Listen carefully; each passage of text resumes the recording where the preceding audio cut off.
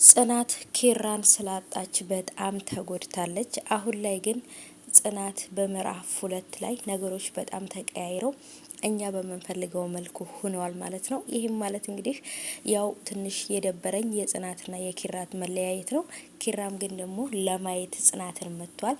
ኪራ እንዳለ በህይወት ማንም ሰው ማወቅ አልነበረበትም። ጽናት ስሜታዊ ሆና ድንገት ስለ ኪራ ለነ ናሆምም ሆነ ለነ ሁሉም ነገር ለማንም ቢሆን እነ ጽዮንም ለሁሉም ሰው መናገር አለባት ብዬ አላስብም። ማንም ሰው ይሄን ነገር ማወቅ አለበት ብዬ አላስብም። ምክንያቱም እሱ ህይወቱ አደጋ ላይ ነው። ቤቲ የምትባል የሰው ሰይጣን እንግዲህ በህይወታቸው ገብታ ህይወታቸው ምስቅልቅል አድርገዋለች ከአቶ በላይ ጋር ሆና ማለት ነው። ሰላም ሰላም የኔ ውዶች የኔ ወርቆች እንዴት ናችሁ? ሰላማችሁ ብዝት ይበልልኝ። በድጋሚ እንግዲህ ወደ በፊቱ ስራዬ ተመልሻለሁ። አበረታቱኝ፣ ላይክ እያረጋችሁ ቪዲዮውን እንግዲህ ተከታተሉ።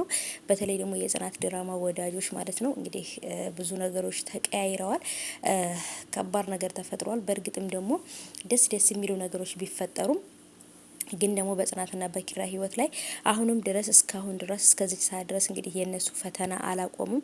ቤቲ በምትባልና አቶ በላይ በሚባል እንግዲህ በሁለቱ ሰይጣኖች ህይወታቸው እንግዲህ በጣም መስመሩን አጥቷል።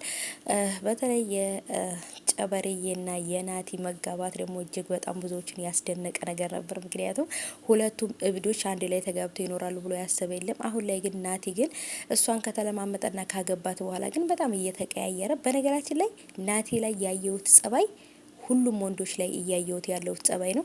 እስከሚያገቡ ድረስ ይለማመጣሉ፣ ካገቡ በኋላ ግን ሊቀያየሩ ይፈልጋሉ ማለት ነው። እና አንዳንድ ጊዜ ከባድ ነው እውነት ለመናገር ሰውን አውቀዋለሁ ማለት አይቻልም። እና ውዶቼ ሰንዬ ደግሞ ጸጉሯን ተቆርጣ ምናምን እንዴት አባቷ እንደማረባት እና በጣም ቆይቻለሁ ካየዋቸው ማለት ነው።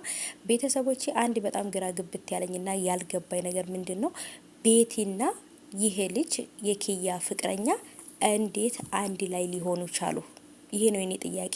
ቤቲ አቶ በላይ እንደገደለችው ወይንም እንዳስገደለችው አውቃለሁ፣ ግን ደግሞ ለምንድን ነው ይሄን ያህል እሱን እያስፈራራች አብራ ከሱ ጋር መሆን የፈለገችው?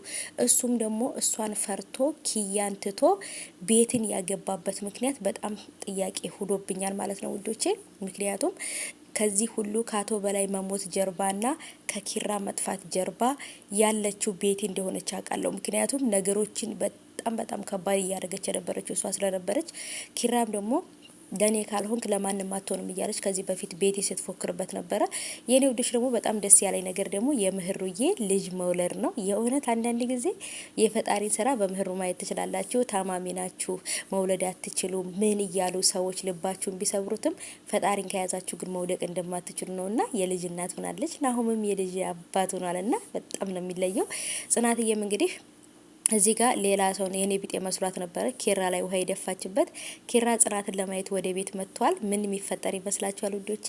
እሱ ነገር ለማየት በጉጉት እየጠበቅኩ ነው።